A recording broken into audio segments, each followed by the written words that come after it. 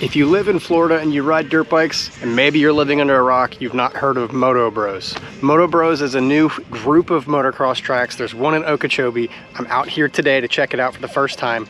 I've ridden at this location several times, back when it was Florida Cycle Park and before that was Thundercross, but now as MotoBros, this is the first time here. This is one of the prettiest tracks I've ever seen. I cannot believe how much money and time they put into this track. It looks amazing. They have two tracks. They have a kids track. There's a swimming hole. Let's go check it out. I'll tell you what to expect when you get here, what I think it's worth, and how far I think you should drive to get here.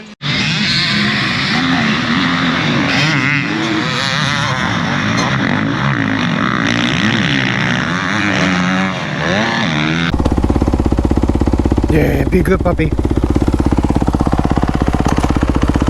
think I see it. How's it going, man? Good, how you doing? I'm here. Is that a good thing? You were here yesterday? No, first time. First time out? Yeah. Alright, peel it off. Let me let you know where you're going That's perfect, yeah, please. and how to get out of here when you have to. Okay. No, big bikes on MX1 right now. I'm not on class or anything, it's just open riding. Oh, so you're not doing the schedule they gave out just I will yet? probably. Okay. But for what's out there right now, I got little bikes over here and big bikes over here right now. Okay. So you go around that MotoBros sign right there, that green and black one. You go out and see those two bales, the furthest two bales. Yep. The dirt that goes right in between them ties into that track right there. Okay. All right, so don't go up over the berm or anything, go in between the bales. Ride that, we got a double back over there, and we got a triple on the back side of this jump, and then all these little jumps and hills and stuff in between. Okay. Exit is that finish line over there, and when you come up through that, straight out. Between the building up there, the front building, and the bleachers. Okay. Straight out exit. Fantastic. At the end, during the day here, as you go on MX2, because we have two tracks, MX1, MX2. Around this MotoBro sign, out to that bale out there that's got the black cover on it. Yes, sir. And the dirt that goes to the right in front of it. That goes on that track all the way through and around, through the finish line, up around this berm, back around to this berm right here. Okay. And then when you exit out and flagged off, you just exit out and you go out, exit only between the bleachers and this staging area right here. Okay. Other than that, take a test lap, be careful, and enjoy yourself. Hey, you know what? I really appreciate you doing that for me. Most track places will not do that. I was at a track yesterday and there were no signage. There was no idea where to go. So thank you for doing that. Well, it's a safety situation for everybody. Yeah, absolutely. And that was nice.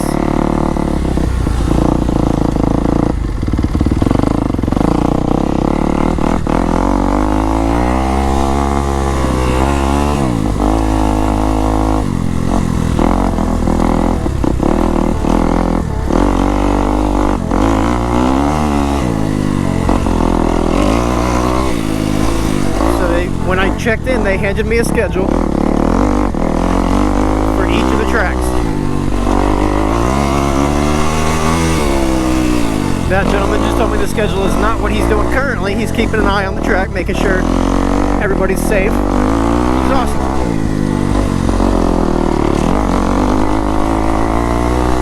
Now, if you've never seen one of my videos before, it's worth noting, I am not a fast rider. I always film my sight laps for a couple of reasons. I want you guys to see my first impression of the track, and then I can also have an excuse for being slow.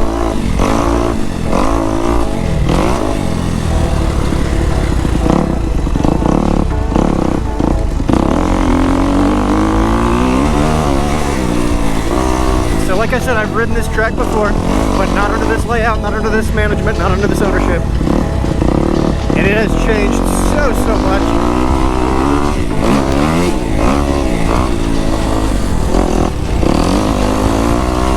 I like the dirt.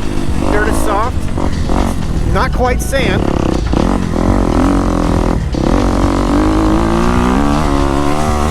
So hopefully my intermediate tire isn't going to be the demise of me today. That's a big jump.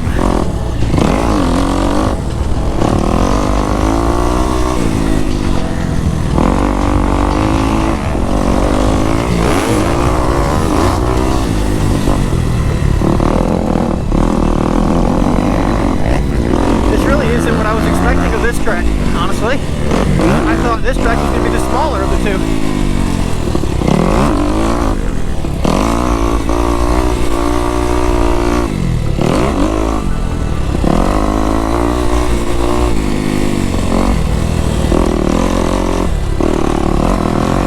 they did do some grooming, but doesn't look like a whole lot on this track.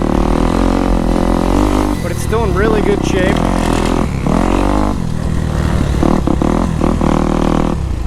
MotoBros does a fantastic job of letting people know when they're open and what events they have going on. So stay checked in on their Facebook page and other social media. They do a really good job at that.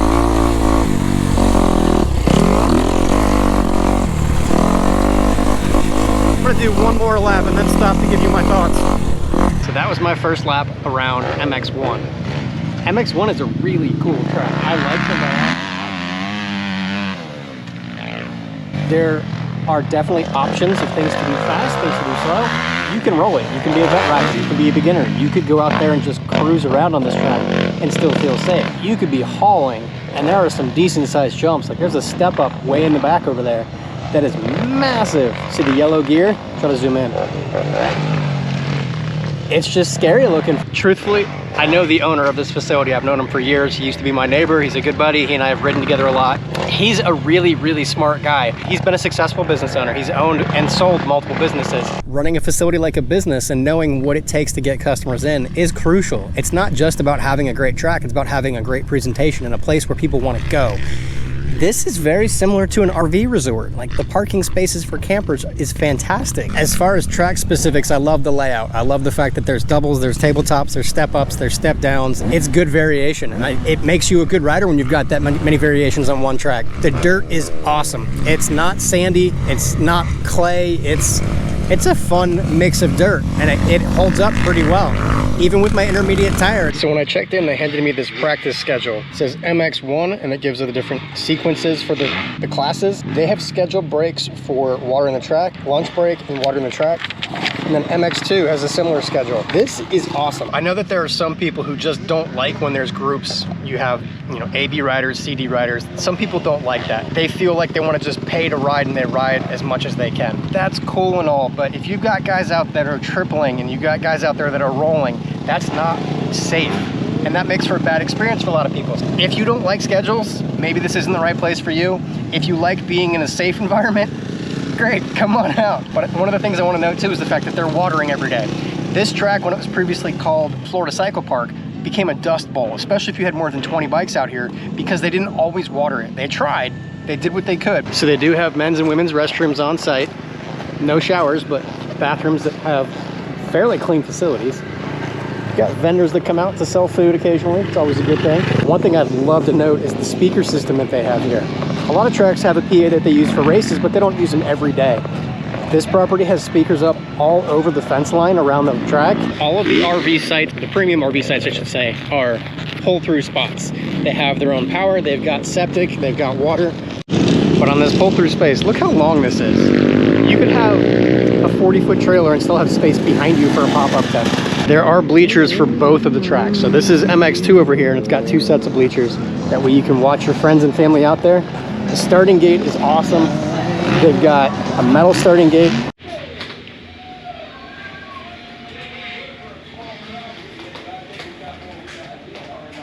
It's even RV camping supplies.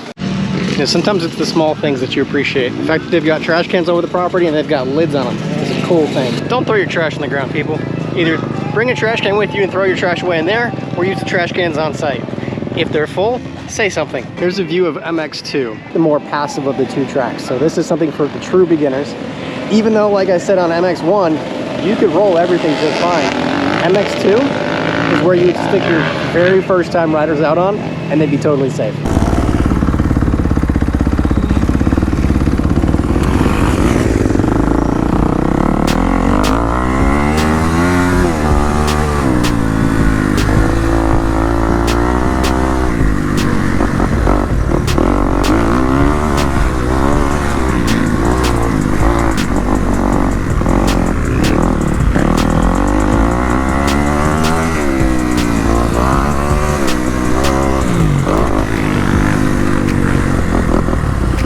This track is definitely not nearly as scary.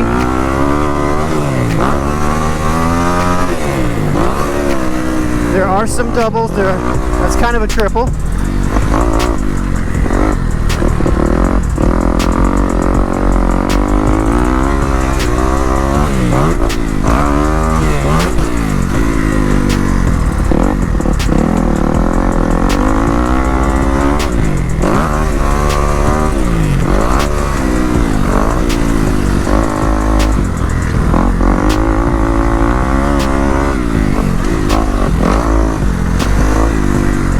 Same tacky dirt.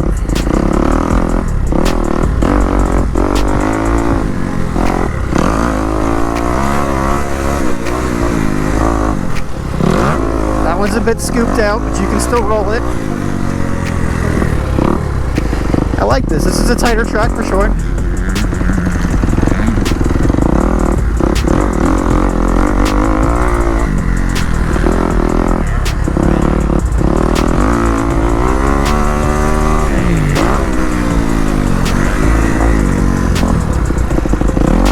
Very short lap.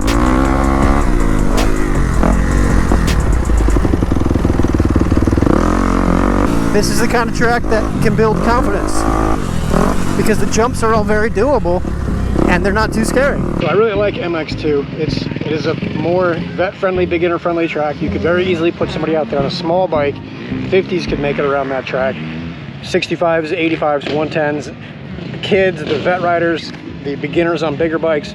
The fact that they let people go back and forth is pretty cool. It's not designated just for kids. So on a day like today, where there's not too many riders out there, they're not running the full schedule like I was showing before.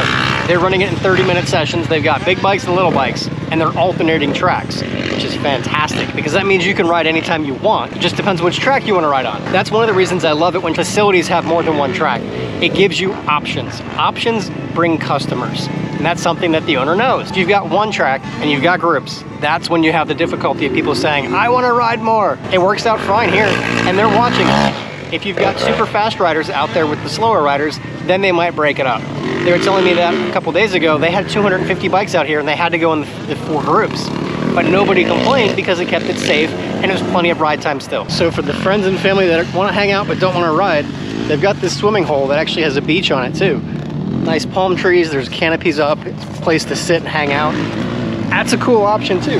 My wife, for example, doesn't like to go to the motocross track because she thinks it's boring just to sit outside and watch people ride around in circles. Give her a beach to sit at, she'll probably be happy. That makes this more of a destination spot, not just a track. This kid track's pretty legit too. There's no real jumps, there are some bumps for people to ride over. But you get little dudes out there on electric bikes, on Stasics, on 50s. Sorry, dudes and dudettes. This is the kind of track that my son would love, actually.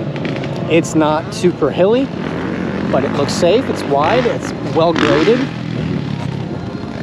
I think it's cool stuff.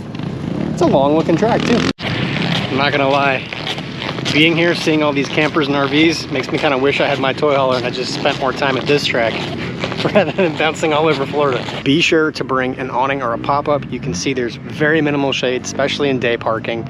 I got here early, obviously I camped, so I got to snag a little bit of shade up front. So a quick synopsis of the property, what I think. I really enjoyed this facility. I think the tracks are fantastic. The staff is amazing. The amenities are great. I think this is well priced. So to get in, it's $35 to ride. It's $15 gate fee. Even spectators have to pay the $15 gate fee. So in total, you're looking at about 50 bucks to ride. They do offer camping. Obviously, they have the RV hookups as well. I didn't ask about RV hookup pricing, but for me to camp overnight in just the van was $25. I think they're spot on the money. I think that this is worth it. I think this is one of the cleanest parks I've been to. Some of the best staff. So at that price point, some people are gonna go, oh, it's 50 bucks. I don't wanna pay that much. I could go pay 40 somewhere else or pay 30 somewhere else. But you're not getting the same service. You're not getting the same amenities. You're not getting the same dirt. This is a cool track. Distance traveled to get here. My recommendation for that one is gonna be a little hard because I think if you have a camper, it's worth driving further. I would say for the average rider, just a day rider who's not camping overnight, I'd say this is probably a 3 to 3.5 hour track. I think that this could pull 4 to 4.5 hours if there were showers. Me personally, I'm driving across the state after riding today. I'm sweaty, I'm gross. Riding in my van for 4 hours without showering has that weird feeling to it. So having a shower, and that's a nitpicky thing. That's just the only like icing on the cake would be if they had showers here.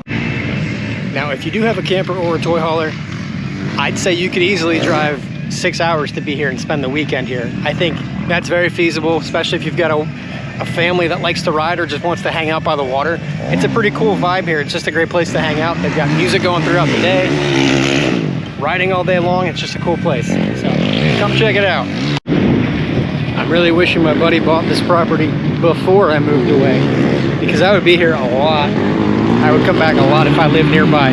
It's a long drive for me. This is like 18 hours from my house, so it's a bit of a haul. But for you guys who are local, enjoy the track, have some fun. I'll see you in the next one.